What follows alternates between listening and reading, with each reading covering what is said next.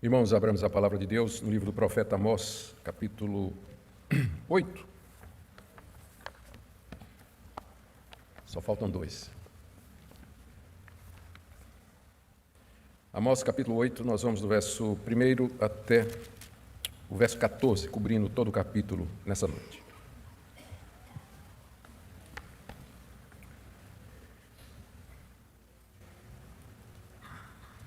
O Senhor Deus me fez ver isso.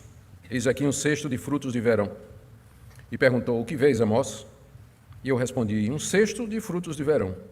Então o Senhor me disse: chegou o fim para o meu povo de Israel, e jamais passarei por ele. Mas os cânticos do templo naquele dia serão uivos, diz o Senhor Deus. Multiplicar-se-ão os cadáveres, em todos os lugares serão lançados fora. Silêncio. Ouvi isto, vós que tendes gana contra o necessitado, e destruís os miseráveis da terra, dizendo: quando passará a festa da lua nova para vendermos os cereais?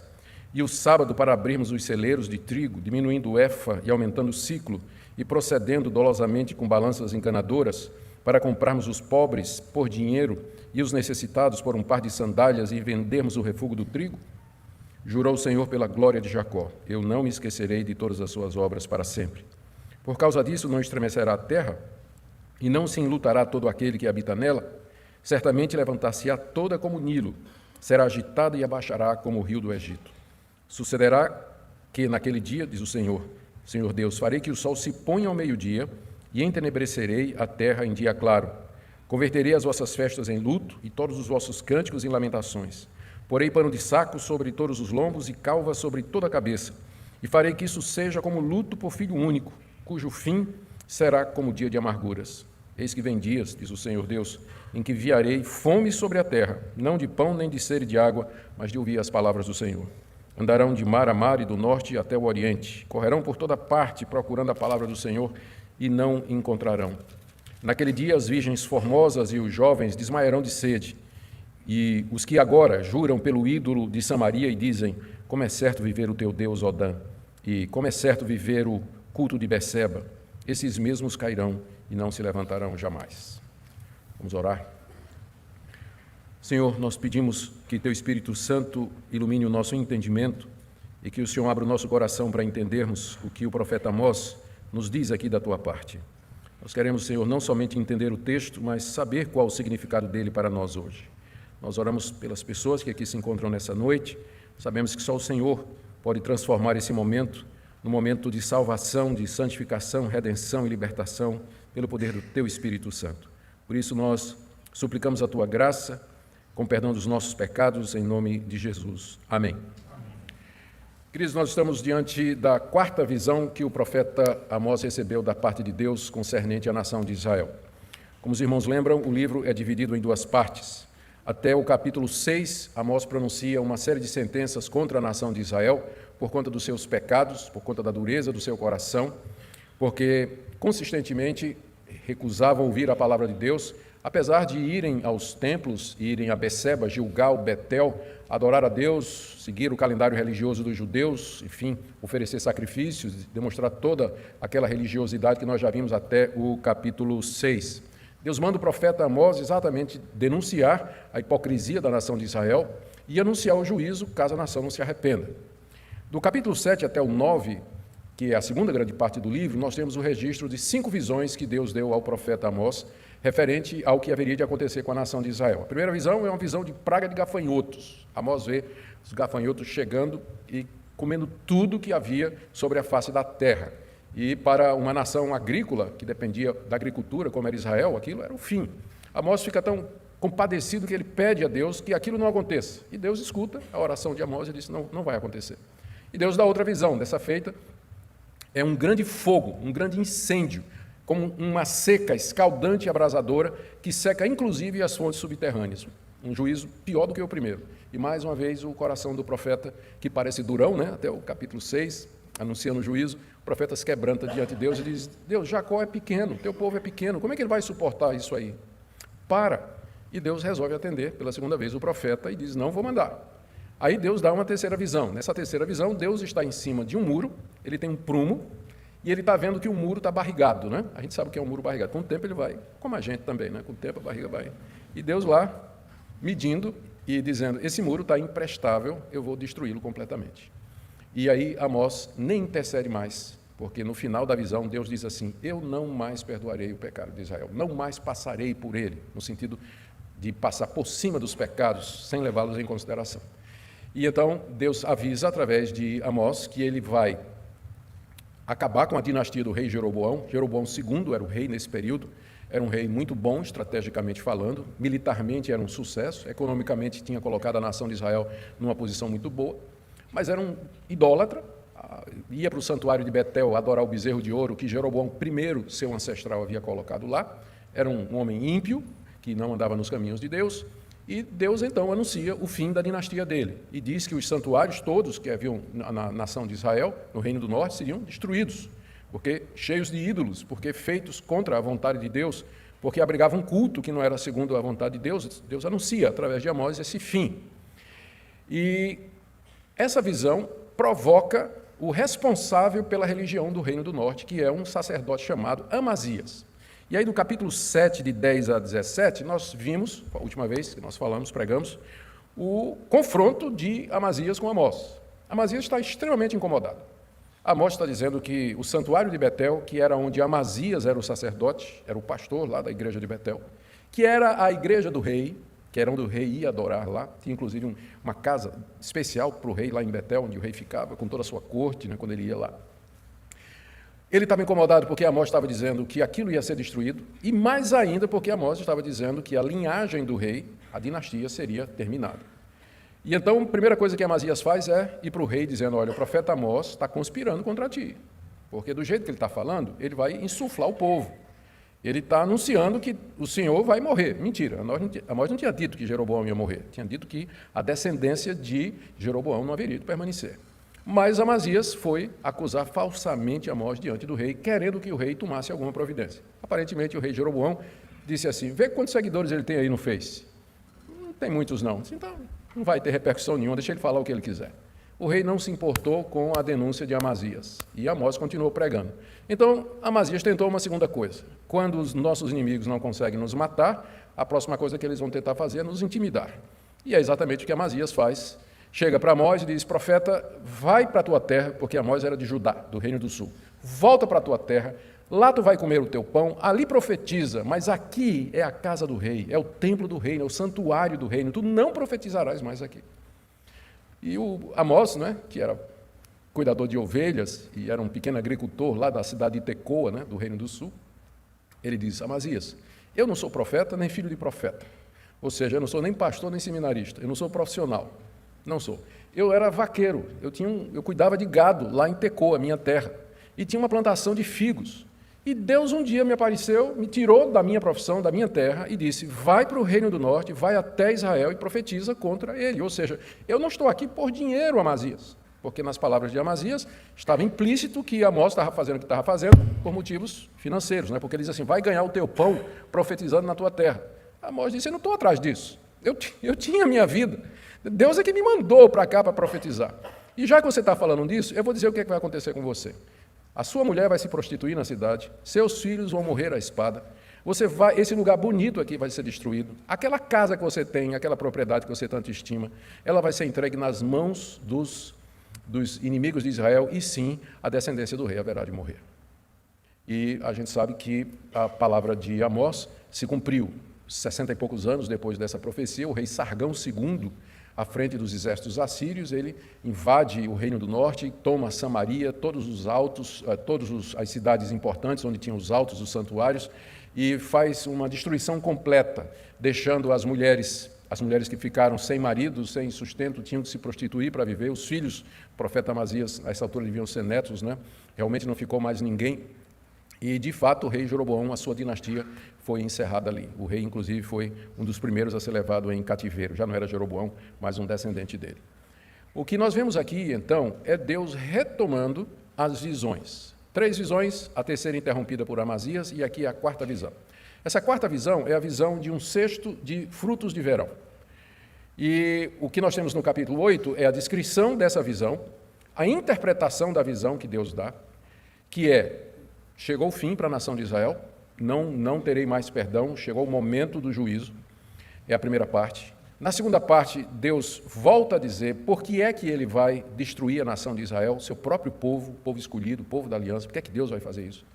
E a terceira parte, que é o fim do capítulo 8, há uma descrição muito gráfica dos efeitos da invasão assíria, que haveria de acontecer algumas décadas depois dessas palavras de Amós. Então, o que eu quero nessa noite com vocês é ver cada uma dessas três partes, entender exatamente o que é que Amós está dizendo e terminar com a pergunta: o que é que isso tem a ver conosco? O que é que nós podemos aprender? O que é que Deus quer nos falar a respeito dessa passagem? Então, a primeira parte, do verso 1 até o verso 3, a visão que Deus deu ao profeta Amós, a quarta visão. E Deus fez Amós ver. Verso 1: o Senhor Deus me fez ver isso. O profeta não estava procurando visões, ele não estava pedindo a Deus esse tipo de coisa, como é muito comum hoje em dia, as pessoas buscarem a Deus por uma visão ou qualquer outra coisa.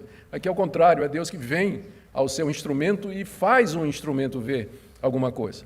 E Deus fez Amós ver uma coisa bastante trivial, comum, apenas um cesto de frutas de verão. Diferente de algumas visões que aparecem por aí, onde o pessoal vê até unicórnio de 2 cabeças, Deus mostrou a Amós simplesmente um cesto de fruta de verão. Fruto de verão significa fruto maduro, porque era na época do verão que o fruto estava pronto para ser colhido. Era quando a safra estava pronta para ser ceifada. E era quando o israelita pegava os primeiros frutos da primeira tirada da primeira safra, os colocava num cesto e levava para o templo como oferta a Deus, de acordo com a lei de Moisés. A lei de Moisés mandava exatamente isso, que das primícias do campo, o israelita levasse para o altar uma oferta a Deus, significando a gratidão e o reconhecimento de que tudo que ele tinha era da parte de Deus. E esse fruto, então, era geralmente o fruto quando a colheita estava pronta. O campo estava para ser ceifado, primeira parte, fruto de verão, fruto maduro, era levado no templo para Deus. Era isso que Deus mostrou para Amós. E para ter certeza de que Amós estava vendo, porque uma coisa é Deus mostrar e outra a gente vê, né? Então Deus pergunta a Amós: o que é que você está vendo, Amós? Diga exatamente o que é que você está vendo. E Amós diz: eu estou vendo um cesto cheio de frutos de verão, ou seja, de frutos que estão maduros. E aí então Deus dá a interpretação no verso 2. O Senhor me disse: chegou o fim para meu povo de Israel, e jamais passarei por ele. Em que sentido o cesto de frutos de verão significa isso? No fato de que esses frutos, eles estavam maduros e prontos para ser consumidos. Israel era como aquele cesto de frutas maduras. Chegou o momento de ser consumido. Chegou o fim da nação de Israel. E disso Deus não voltaria atrás, como já tinha acontecido 2 vezes sob intercessão de Amós. Veja que ele repete a mesma coisa que tinha dito aqui no capítulo 7, verso 8. Chegou o fim para o meu povo de Israel e jamais passarei por ele. Jamais passarei por ele remete ao período do Êxodo, quando a nação de Israel estava sob o domínio de Faraó. Deus mandou Moisés, trazendo pragas contra os deuses do Egito e contra o próprio Faraó, que era a divindade suprema. Na última praga, Deus avisa a morte dos primogênitos e diz ao povo, seu povo, que marque as portas das suas casas com o sangue de um cordeiro, cordeiro pascual.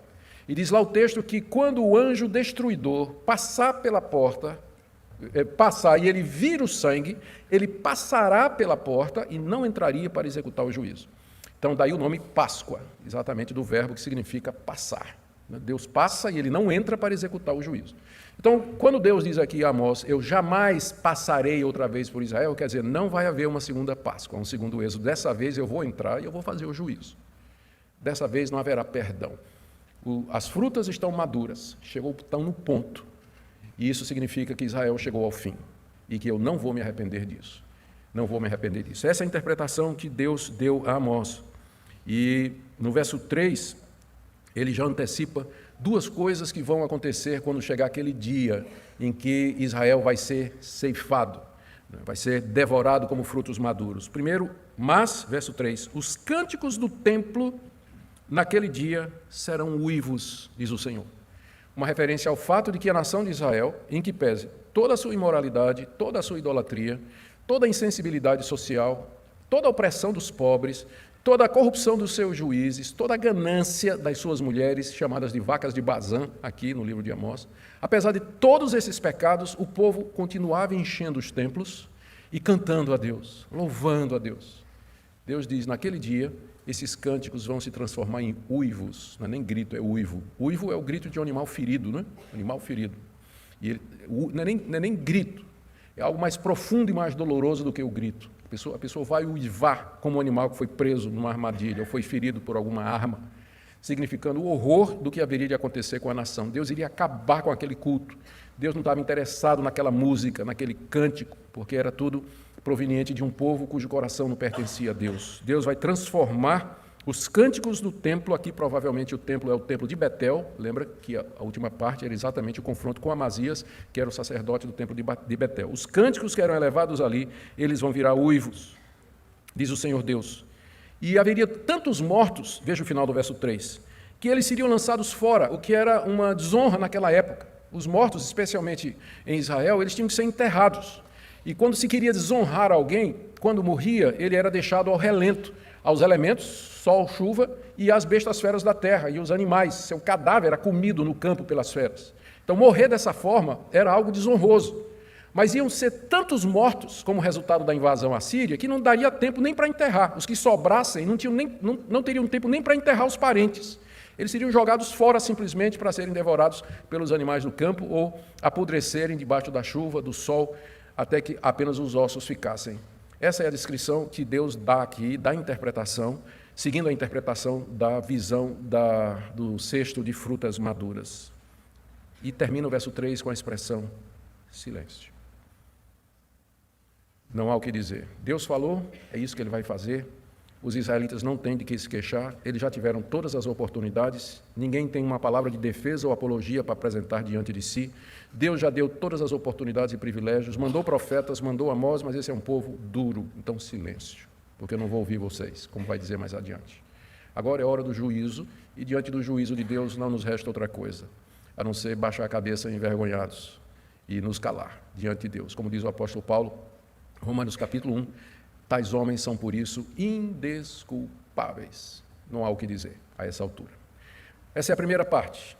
A segunda, do verso 4 até o verso 7, contém um oráculo do profeta, falando da parte de Deus, dirigido contra os comerciantes, particularmente, e colocando a culpa do que vai acontecer na desonestidade deles. Pelo que a gente já viu, não eram só os comerciantes. Amós já denunciou os juízes, já denunciou os nobres, já denunciou as mulheres ricas e opulentas da cidade de Samaria, já denunciou o rei e toda a sua corte. Eram pecados que variam desde a ganância e a corrupção até o desprezo e a insensibilidade para com os pobres da terra. A nação toda estava corrompida. A classe rica, completamente insensível, oprimindo os pobres da terra. Os santuários cheios de ídolos, particularmente 2 bezerros de ouro que Jeroboão I havia feito, um em Betel e outro em Gilgal. A opressão dos pobres. Israel estava pronto como um cesto de fruto maduro para ser colhido. Tinha chegado a hora do juízo. Mas aqui, em particular, Amós se dirige aos comerciantes para mostrar por que Deus ia fazer isso. Porque tinha chegado um ponto que não dava mais para suportar.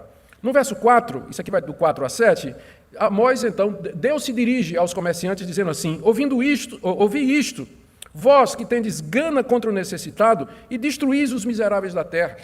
Vocês gananciosos, que no intuito de enriquecer, vocês se exploram o necessitado e destroem os miseráveis da terra. Miserável aqui é no sentido financeiro, né? Pobre, que não tem condição nenhuma.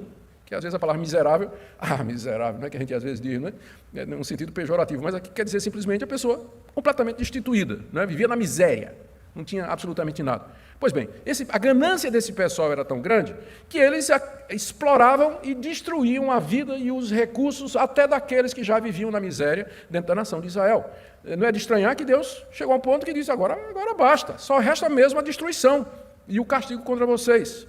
E aqui Amós reproduz, para justificar o que Deus está dizendo, isso aqui, Amós reproduz a conversa que esses comerciantes têm entre si. Verso 5, dizendo, um comerciante dizendo para o outro, imagina só. Imagina isso no templo. A figura é essa, 2 ou 3 comerciantes lá no templo de Betel, está havendo festividade, o culto a Deus, e um virando para o outro e dizendo assim: quando vai passar a festa da lua nova para vendermos os cereais? Quando é que esse culto vai acabar? Porque eu quero abrir a loja. Né? Ele não aguenta estar aqui. Está demorando muito. Né? Tem uma semana de conferência na igreja, eu estou aqui, eu tenho que vir aqui, mas eu quero que acabe logo, porque eu quero vender os cereais. Eles estavam lá no culto, mas a cabeça deles estava no ganho, estava no lucro, estava no dinheiro, no recurso. Quando é que vai acabar isso? A festa da Lua Nova era uma das festas do calendário religioso dos judeus estabelecido por Moisés, juntamente com Páscoa, Pentecostes e Tabernáculos. Então, nesse período, que geralmente durava uma semana, essa festa, os judeus se abstinham de todos os seus negócios e eles gastavam seus dias em adoração, em serviço, em louvor a Deus, oferecendo sacrifícios, trazendo as ofertas. E os comerciantes de Israel, eles não aguentavam. Eles diziam, mas isso aqui tudo, isso é insuportável. Quando é que isso aqui está demorando demais? Eu tenho que voltar para o meu negócio lá. Ou então, ainda no verso 5, né, um dizendo para o outro, e quando é que vai passar o sábado? Porque era proibido fazer negócio no sábado, né? Venda, compra no sábado, era proibido. Quando é que vai acabar o sábado para a gente abrir os celeiros do trigo?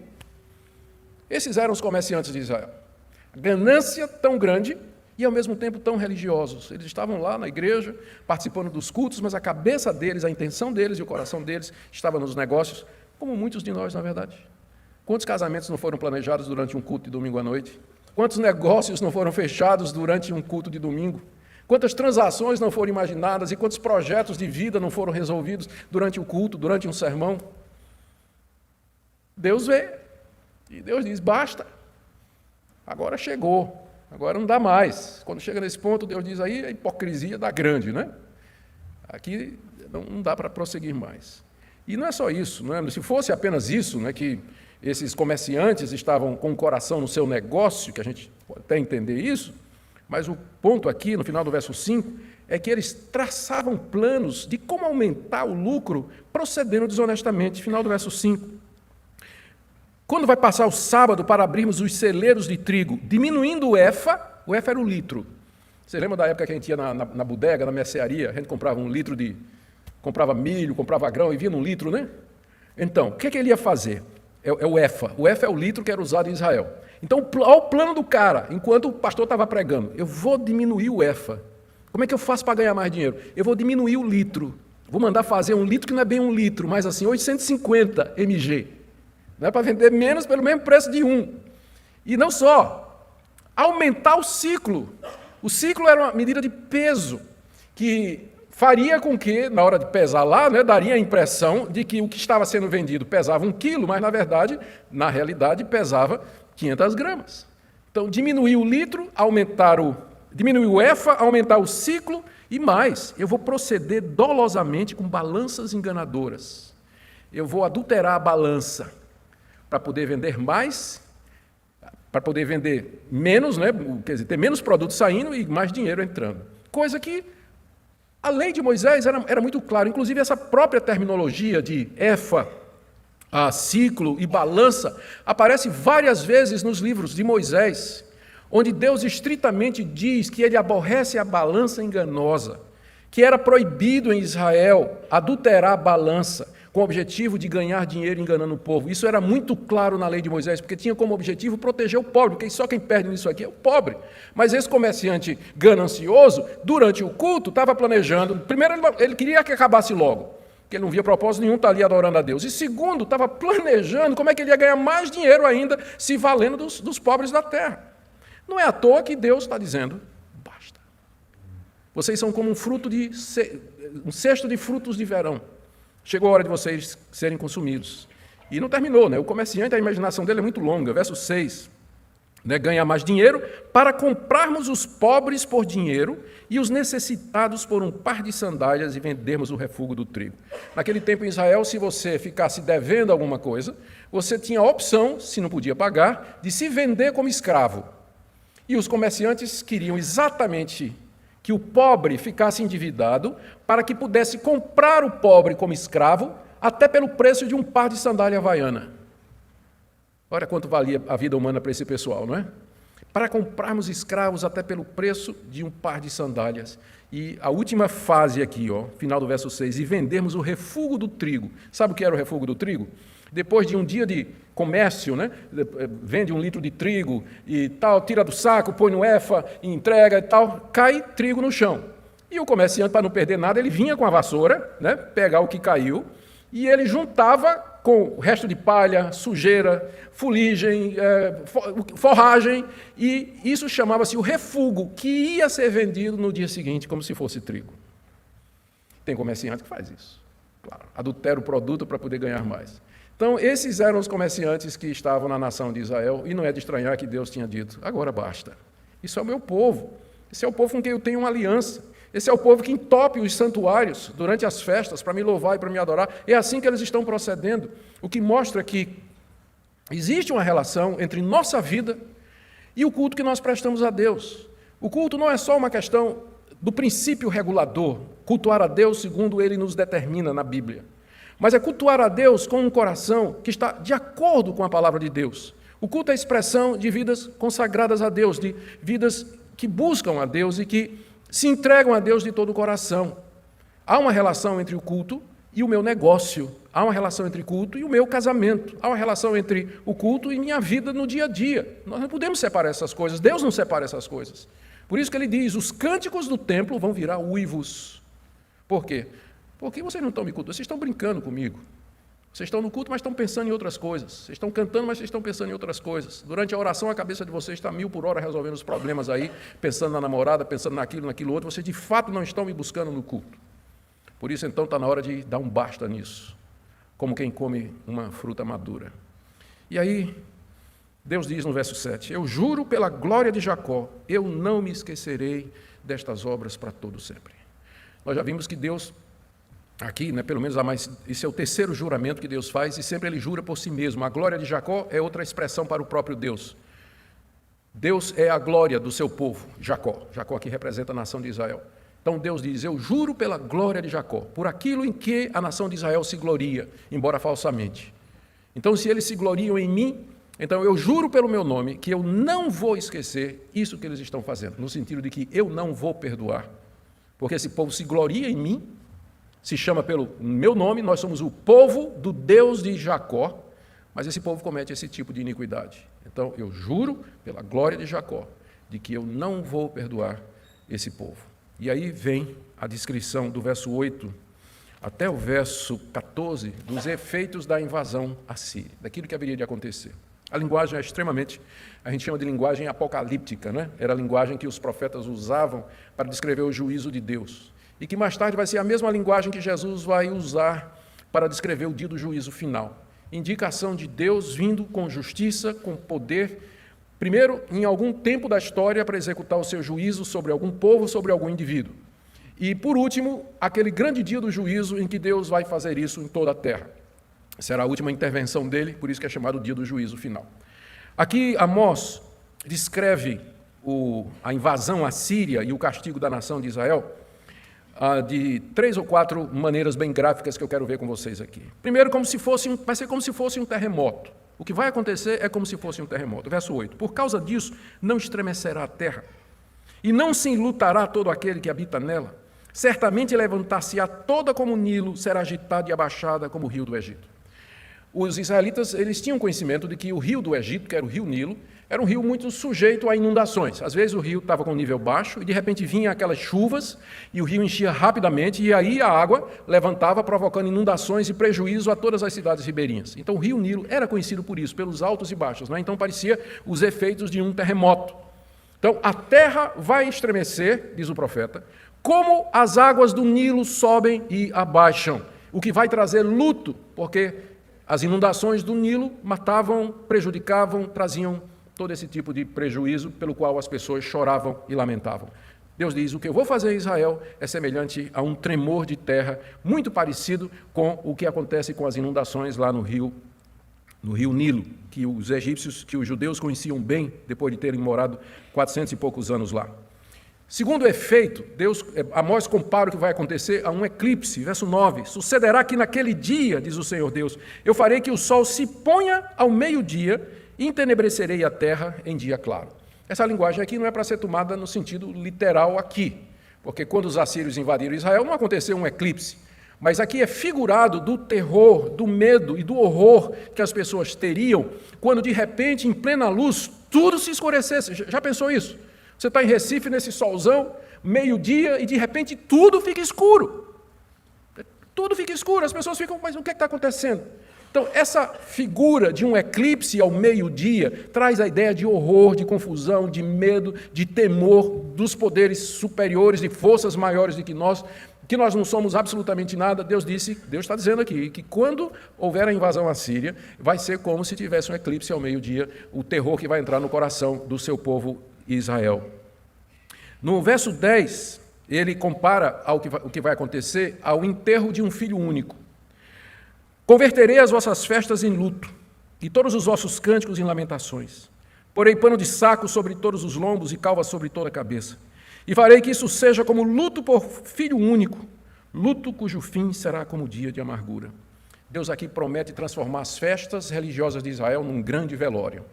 E não é um velório de uma pessoa qualquer, mas o velório de um filho único.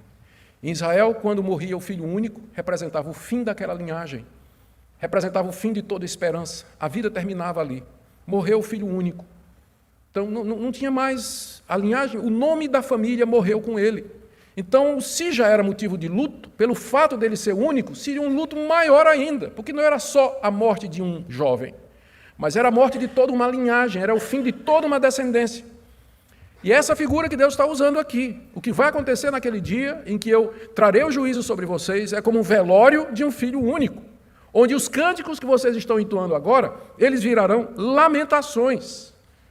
Lamentações da parte da família, dos amigos. Tinham as carpideiras profissionais naquele tempo, era comum no Oriente, não é? Quando morria alguém, especialmente quando morria alguém que não era muito benquisto, e que todo mundo ia, na verdade, achar bom até a morte da pessoa, aí tinham choradores profissionais, pessoal que era contratado para chorar. Eles vinham vestidos de preto, eram chamadas carpideiras, as mulheres vestidas de preto, com véu preto, chorando, era tão bonzinho,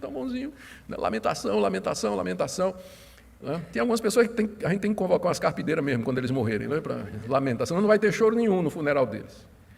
Mas aqui o choro é o choro legítimo mesmo da nação de Israel, é um choro sentido de quem, de fato, está vendo toda esperança ir embora e o fim de uma linhagem, o fim de uma época, como um velório, um grande velório de um filho único.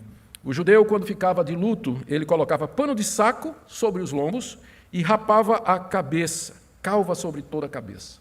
Ele raspava a cabeça, arrancava a barba, tirava as vestes festivas, colocava pano de saco e chorava e lamentava. Assim é o que haveria de acontecer.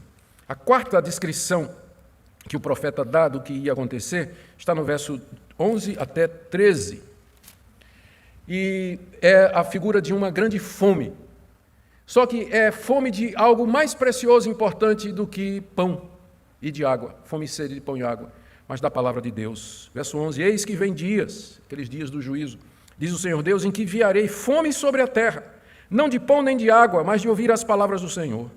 Andarão de mar a mar e do norte até o oriente, correrão por toda parte procurando a palavra do Senhor e não acharão. Naquele dia as virgens formosas e os jovens desmaiarão de sede. Naquele dia as virgens formosas e os jovens desmaiarão de sede. Deus disse, eu vou mandar uma fome sobre vocês, mas não vai ser de pão e nem sede de água. Mas eu vou mandar uma sede de vocês ouvirem a palavra de Deus. O que é que Deus está dizendo? Deus está entregando a nação de Israel ao desejo do seu próprio coração. Já quando no início do livro de Amós, nós vemos que quando o profeta começa a falar, ele diz o seguinte no capítulo 2, verso 11, dentre os vossos filhos eu levantei profetas, mas, verso 12, aos profetas vocês ordenaram dizendo, não profetizem. Capítulo 7, que a gente viu a última vez, o que é que Amazias disse a Amós? Não profetiza.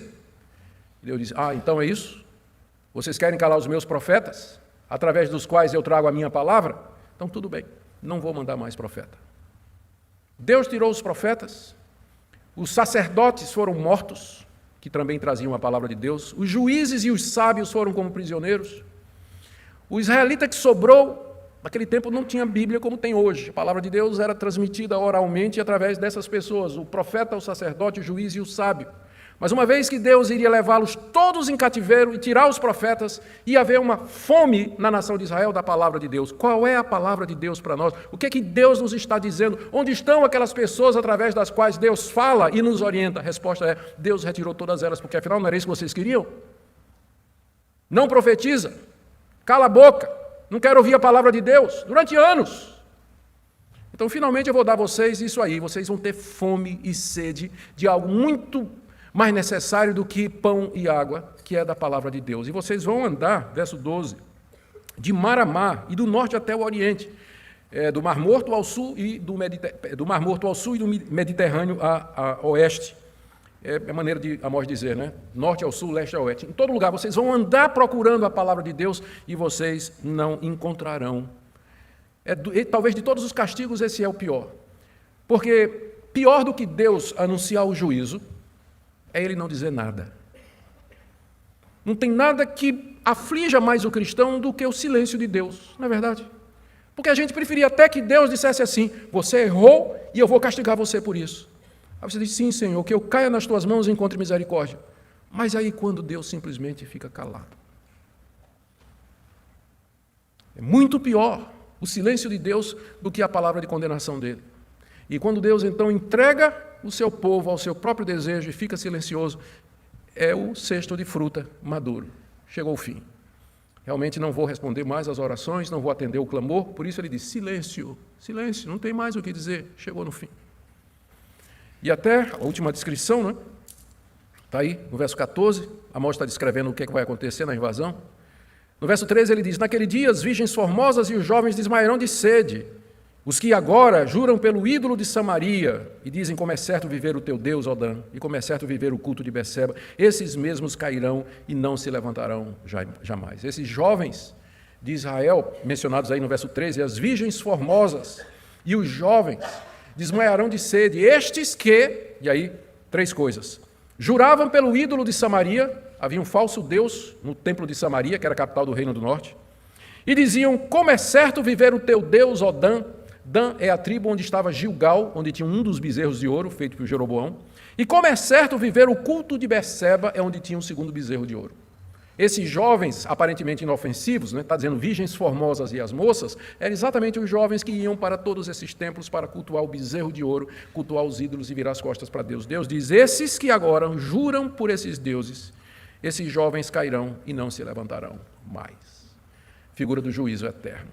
Queridos, o que é que isso tudo tem a ver conosco? São apenas palavras antigas de um profeta que já morreu para uma época que não volta mais? Eu creio que nós temos aqui princípios que são extremamente importantes para todos nós. O primeiro deles é que a paciência de Deus vai até um ponto. Deus é bom, Ele tem prazer na misericórdia, Ele é longânimo, Ele é paciente, Ele é misericordioso. Mas chega um momento que Deus diz: silêncio, acabou, agora não tem mais. Por isso que a palavra de Deus diz: buscai ao Senhor enquanto se pode achar. Muitos de vocês têm ouvido a palavra de Deus aqui, desde criança. Muitos de vocês conhecem a palavra de Deus desde cedo. E talvez alguns de vocês tenham vivido em aberta desobediência à palavra de Deus ou mantido um coração de incredulidade. Eu falo aqui para os jovens da igreja também. Vocês cresceram ouvindo a palavra de Deus, cresceram na escola dominical. Pergunta: por que você vem à igreja? Por que você vem? É porque seu pai traz você, sua mãe traz você, seus amigos estão todos aqui? Vocês têm tido a oportunidade de ouvir a palavra de Deus e conhecer o Evangelho. A pergunta é: há de fato fé verdadeira no seu coração? Há amor a Deus? E disposição de viver para Ele, e entregar-se a Ele completamente? Porque a paciência de Deus também tem limite. Ele não atura para sempre esse tipo de coisa. Segunda coisa que nós vemos aqui, eu já mencionei, é a relação entre o nosso culto e a nossa vida. A relação entre o culto e o seu negócio, o seu comércio, o seu trabalho, a maneira como você ganha dinheiro. Deus não está tão interessado no culto assim, que Ele vai simplesmente, em nome dos seus louvores e das ofertas e dos dízimos que você traz, fazer vista grossa a maneira como você conduz os seus negócios e a maneira como você trata as questões financeiras da sua vida. Deus está muito mais interessado na obediência do que se faça a Ele, traga-se a Ele todos os rituais que pertencem ao culto cristão. Todos os exercícios espirituais, Deus prefere muito mais um coração obediente e que ande de acordo com a vontade dEle. Terceira coisa que eu posso ver aqui, e posso tirar aqui, e com isso eu vou terminar, é que se não fosse, a história vai mostrar que tudo isso que Amós está dizendo aconteceu. Aconteceu exatamente como ele disse, e todos esses horrores aqui haveriam de vir sobre a nação de Israel. Mas Deus não desistiu do seu povo, não desistiu. O povo que sobrou foi levado em cativeiro para a Síria, E depois de 70 e poucos anos, Deus perdoou a iniquidade do povo, trouxe o povo de volta à terra prometida. A história está aqui no Antigo Testamento, o retorno de Israel à terra prometida. E Deus volta a lidar com seu povo em amor e em misericórdia. Isso só é possível porque Deus, na lei que tinha dado a Moisés, ele já tinha feito uma provisão para o pecado do povo, que eram os sacrifícios que eram feitos no templo, de animais que representavam o Messias, que apontavam para a chegada do Cordeiro de Deus que tira o pecado do mundo.